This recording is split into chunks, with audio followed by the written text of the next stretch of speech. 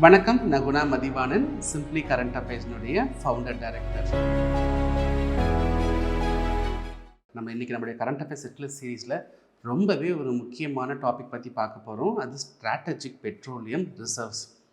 சரி, உங்களுக்கு current affairs settles பற்றி தெரியும். 2026 பிலிமினரி எக்ஸாமை மையமாக வச்சு நான் ஒரு 200 இம்பார்ட்டன்ட் கரண்ட் அஃபேர்ஸ் டாபிக்ஸ் நடத்திக்கிட்டு இருக்கேன். அதில் தான் இன்றைக்கி நம்ம இந்த டாப்பிக்கை பார்க்க போகிறோம். இந்த டாப்பிக்குள்ளே போகிறதுக்கு முன்னாடி உங்களுக்கு 2026 பிலிமினரி எக்ஸாமுக்கு உங்களுக்கு கரண்ட் அஃபேர்ஸ்லையும் எக்கனாமிலையும் உங்களுக்கு சப்போர்ட் தேவைப்பட்டுச்சுன்னா நீங்கள் இங்கே கோர்ஸஸை கன்சிடர் பண்ணலாம். 75x75 அது முழுக்க கரண்ட் அஃபேர்ஸை கவர் பண்ணுற ஒரு கோர்ஸ். அது கரண்ட் அஃபேர்ஸ் மட்டும் இல்லைங்க, கரண்ட் அஃபேர்ஸ் அது சம்மந்தப்பட்ட ஸ்டாட்டிக்கையும் நம்ம டிஸ்கஸ் பண்ணுவோம். அதே மாதிரி எக்கனாமிக் கோர்ஸ் பார்த்திங்கன்னா அது ஒரு ஃபுல் ஃப்ளெஜ்டு ஹோலிஸ்டிக் கோர்ஸ். அதில் 4 டெஸ்ட்டுமே இருக்குது வித் டிஸ்கஷன்ஸ். இந்த கோர்சஸ் பற்றி இன்ஃபர்மேஷன் தெரியணும் அப்படின்னா நீங்கள் எங்களுடைய வெப்சைட் www.simplycurrentaffairs.com வந்தீங்கன்னா அங்கே ஹோம் பேஜில் கோர்சஸ்ங்கிற செக்ஷன் இருக்கும். அதை கிளிக் பண்ணிங்கன்னா உங்களுக்கு எங்களுடைய paid courses plus other free initiatives அதை பற்றின இன்ஃபர்மேஷன்ஸும் உங்களுக்கு பார்க்கலாம்.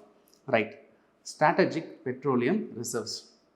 நமக்கு தெரியும், ஈரான் மேலே இஸ்ரேலும் யுனைடெட் ஸ்டேட்ஸும் பார்த்திங்கன்னா தாக்குதலில் ஈடுபட்டிருக்காங்க. என்ன காரணம்? அவங்க ஒரு குற்றச்சாட்டு வைக்கிறாங்க ஈரான் மேலே. ஈரான் வந்துட்டு நியூக்ளியர் பாம்ஸ் டெவலப் பண்ணுறாங்க, நியூக்ளியர் மிசைல்ஸ் டெவலப் பண்ணுறாங்க, அது தடுக்கணும், அது உலகத்துக்கு ஆபத்தானது அப்படிங்கிற ஒரு நோக்கத்தோடு அவங்க ஈரான் மேலே தாக்குதல் பண்ணுறாங்க. இந்த தாக்குதலுக்கு ஈரானும் பதிலடி கொடுக்குறாங்க. அந்த பதிலடி கொடுக்குற வகையில் ஒரு விதமாக ஈரான் என்ன சமீபத்தில் அனௌன்ஸ் பண்ணாங்கன்னா, இந்த ஸ்ட்ரெய்ட் ஆஃப் ஹோமஸ் ஸ்ட்ரெய்ட் ஆஃப் ஹோம்ஸ்ன்னு சொல்லுவாங்க. அந்த ஸ்ட்ரெய்ட் ஆஃப் ஹோமஸ், இந்த ஸ்ட்ரெய்ட்டுங்கிறது என்ன? ஸ்ட்ரெய்ட்டுங்கிறது என்னென்னா, ஒரு நேரோ வாட்டர் பாடி 2 பெரிய பிக்கர் வாட்டர் பாடியை கனெக்ட் பண்ணுறது தான் ஸ்ட்ரெய்ட். இப்போ இந்த பர்ஷியன் கல்ஃப்னு ஒரு பெரிய வாட்டர் பாடி இருக்குது, வேறு கலர் சூஸ் பண்ணிக்கலாம். பர்ஷியன் கல்ஃப்னு ஒரு பெரிய வாட்டர் பாடி, இந்த பக்கம் அரேபியன் சீங்கிற பெரிய வாட்டர் பாடி, அது ரெண்டையும் கனெக்ட் பண்ணுற ஒரு சின்ன வாட்டர் பாடி தான் நம்ம ஸ்ட்ரெய்ட்டுன்னு சொல்லுவோம். ஸோ இந்த ஸ்ட்ரெய்ட் பார்த்திங்கன்னா அது ஸ்ட்ரெய்ட் ஆஃப் ஹோமஸ் அப்படின்னு நம்ம சொல்கிறோம். இந்த ஸ்ட்ரெய்ட் ஆஃப் ஹோமஸ் அவங்க என்ன பண்ணிட்டாங்க, ஈரான் என்ன பண்ணிட்டாங்கன்னா, இது வழியாக யாராவது நீங்கள் ஆயிலை எக்ஸ்போர்ட் பண்ணிங்கன்னா அந்த ஆயில் ஷிப்பை நாங்கள் வந்துட்டு பிளாஸ்ட் பண்ணிடுவோம்னு சொல்லிட்டாங்க. ஸோ இந்த இடத்த யாருமே யூஸ் பண்ண முடியாத அளவுக்கு அவங்க ஒரு அனௌன்ஸ்மெண்ட்டு கொடுத்துட்டாங்க. சரி, இதனால் நம்ம ஏன் சார் கவலைப்படணும்? ஏன் கவலைப்படணும்னா, இந்த ரூட் வழியாக தான் பார்த்திங்கன்னா, இப்போ பாருங்கள், சவுதி அரேபியா இருக்குது, யுஏஇ இருக்குது, இவங்கெல்லாம் ஆயில் எக்ஸ்போர்ட்டிங் கண்ட்ரிஸ். இந்த ரூட் வழியாக தான் பார்த்திங்கன்னா உலகத்தில் 20% ஆயில் எக்ஸ்போர்ட்ஸ் இந்த ரூட் வழியாக தான் போய்கிட்டு இருக்குது.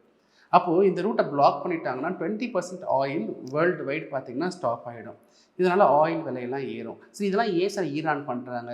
இப்போ இந்த மாதிரி டிஸ்ரப்ஷன் உலகத்தையே பாதிக்கப்படும் பொழுது அப்போ உலக நாடுகள் எல்லாருமே அமெரிக்கா மேலே இஸ்ரேல் மேலே ஒரு ப்ரெஷர் போடுவாங்க இல்லையா? இந்த தாக்குதல் நிறுத்துறதுக்கு ஒரு வாய்ப்பு இருக்குது இல்லையா? இதனால் இது ஒரு ஸ்ட்ராட்டஜியாக ஈரான் பண்ணுறாங்க. சரி, இதனால் இந்தியாவுக்கு என்ன மாதிரி பாதிப்பு இருக்கும்? நீங்கள் இந்த 2வது மேப் பாருங்களேன். இந்த மேப் பாருங்கள், இந்த இடங்கிறது இந்தியாவுக்கு ரொம்ப க்ளோஸாக இருக்கா? ஸோ நம்ம என்ன பண்ணுறோன்னா, கிட்டத்தட்ட ஒரு 50% ஆஃப் தி ஆயில் பார்த்திங்கன்னா இங்கே இருக்கிற அந்த கல்ஃப் கண்ட்ரிஸ் கிட்ட இருந்தால் நம்ம வாங்குகிறோம். அப்போ உலகத்துடைய சப்ளை 20% கட் ஆஃப் ஆனாலும் இந்த ஸ்ட்ரெய்ட் ஆஃப் ஹோமஸை லாக் பண்ணுறதுனால இந்தியாவுக்கு வர 50% ஆஃப் ஆயில் கட் ஆகிடுது. அப்போ 50% of the oil India cut ஆகிடுச்சுன்னா எவ்வளோ பெரிய பாதிப்பு இந்தியாவுக்கு ஏற்படுத்தும்? இந்தியா நமக்கு தெரியும், நம்ம நாட்டில் பெருசாக ஆயில் ரிசர்வ்ஸ் இல்லை. கிட்டத்தட்ட 85% 85% ஆஃப் அவர் ஆயில் ரிசர்வ்ஸ் பார்த்திங்கன்னா நம்ம வெளிநாட்டிலிருந்து தான் இறக்குமதி பண்ணிக்கிட்டு இருக்கோம்.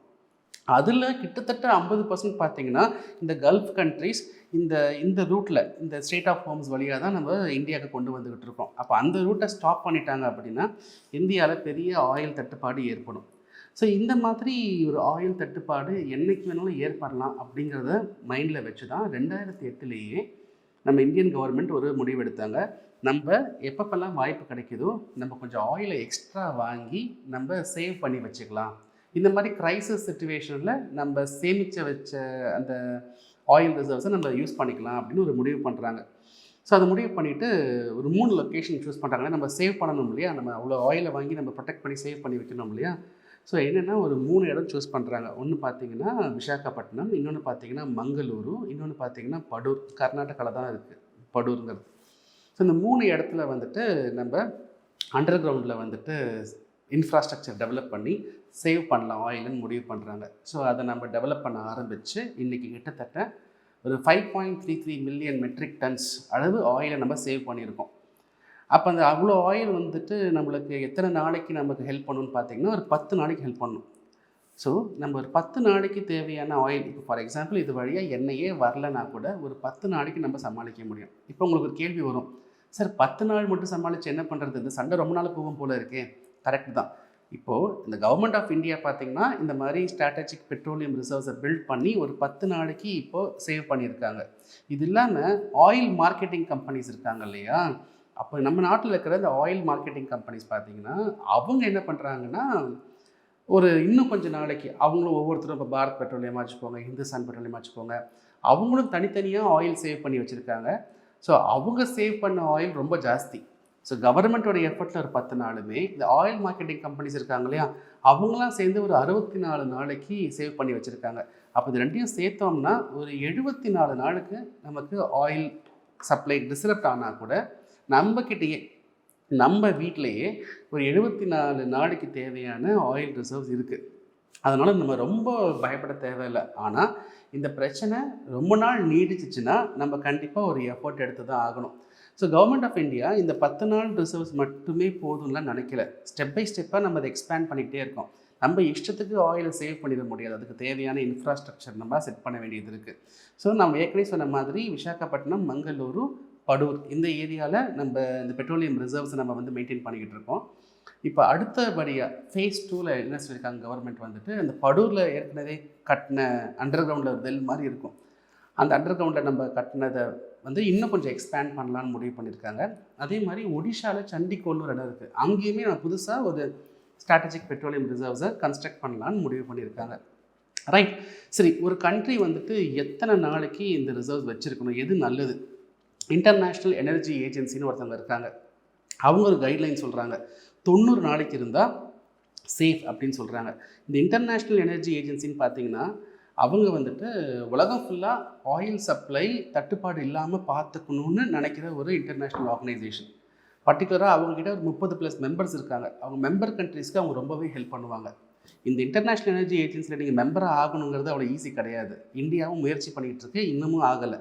ஏன்னா இந்த ஐஇஏ நீங்கள் மெம்பராக ஆனீங்கன்னா உங்களுக்கு நிறைய சப்போர்ட் கிடைக்கும். உங்களுக்கு ஆயில் தட்டுப்பாடு ஏற்படும் போதெல்லாம் அவங்க ஹெல்ப் பண்ணுவாங்க. ஆனால் அதுக்கு மெம்பர் ஆகணும்னா அவன் என்ன சொல்கிறான்னா, நீங்கள் ஒரு 90 நாளைக்கு நீங்கள் வந்துட்டு மினிமம் ஆயில் ரிசர்வ் வச்சுருக்கணும். என்னுடைய குரூப்பில் நீங்கள் மெம்பர் ஆகணும்னா நீங்கள் மினிமம் 90 நாளைக்கு நீங்கள் வந்துட்டு ஆயில் ரிசர்வ்ஸ் நீங்கள் மெயின்டைன் பண்ணணும் அப்படின்னு அவங்க சொல்கிறாங்க. அது மட்டும் கிடையாது, மெம்பர் ஆகணும்னு நினைக்கிற கண்ட்ரி வந்துட்டு உங்கள் ஆயில் கன்சம்ஷனை கொஞ்சம் குறைங்க, ஒரு 10% வரைக்கும் குறைங்க அப்படின்னு சொல்கிறாங்க.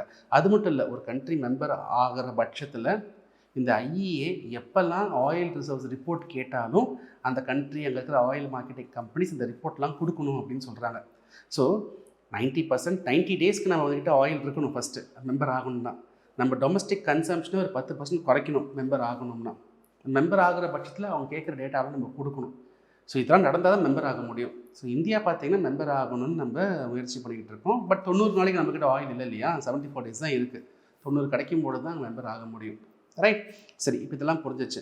இந்த ஸ்ட்ராட்டஜிக் பெட்ரோலியம் ரிசர்வ்ஸ் இருக்கு இல்லையா, அது யார் மெயின்டைன் பண்ணுவாங்க?